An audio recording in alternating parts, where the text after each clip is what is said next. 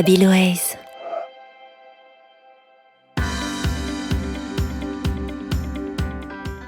Bonjour, je m'appelle Karine Marquis, je suis directrice du Théâtre des Feux de la Rampe à Paris et metteur en scène de spectacles vivants.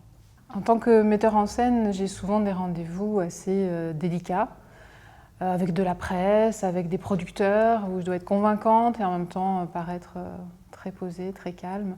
Donc je les prépare toujours en respirant, en me posant. Je visualise aussi beaucoup le rendez-vous en amont, un peu comme les sportifs de haut niveau avant une compétition.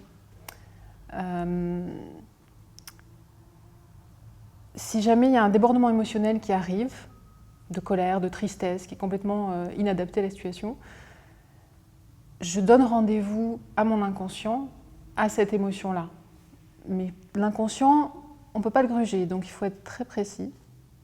Je lui donne rendez-vous à une heure fixe. Et il ne faut pas oublier l'heure. Parce que si on oublie l'heure, lui, l'inconscient n'a pas oublié, et l'émotion va revenir à la charge. Puissance 10.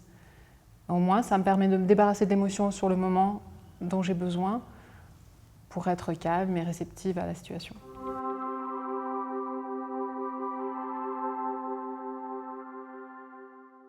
Alors, il faut toujours savoir adapter son langage corporel à la situation et à la personne qui est présente et l'état émotionnel dans lequel elle est. Par exemple, sourire n'est pas forcément positif. Un sourire à pleines dents peut être perçu comme carnassier et le message qu'il va y avoir derrière, c'est « je vais te manger tout cru ». Donc pas du tout rassurer la personne. Pareil, un sourire avec une posture trop franche, un regard trop direct peut être perçu comme provocatrice. Et donc si la personne en face est d'humeur vindicative, on ne va pas du tout améliorer la situation. Donc en général, c'est mieux d'avoir un sourire posé, d'être plutôt de trois quarts et l'oreille tendue. Le message derrière tout ça, c'est « je suis à l'écoute, tu peux te confier à moi » ou « j'accorde de l'importance à ta colère ou à ton désarroi ». Le plus important, c'est de savoir gérer l'instant avec la personne et que les corps se parlent avant. Les messages corporels sont souvent précurseurs du message verbal. En tout cas, le message verbal sera vraiment entendu.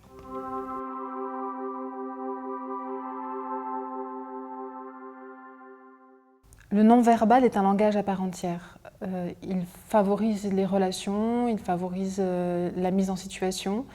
Si quelque chose se passe mal sur le plateau avec les comédiens, je ne vais pas me mettre à hurler, je ne vais pas me mettre à leur crier dessus et augmenter les tensions, ça ne sert à rien.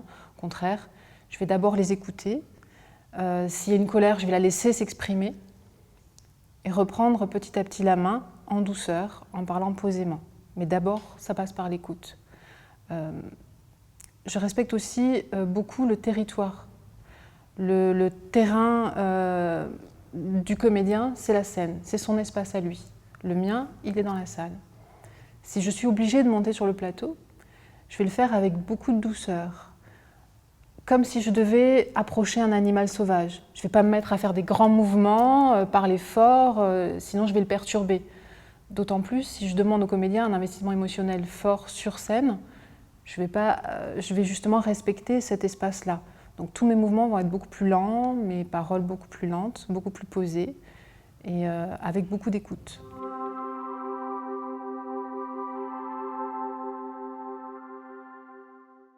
Le fait que chacun soit conscient de son espace, de sa place, sécurise la relation et permet une plus grande liberté dans les échanges.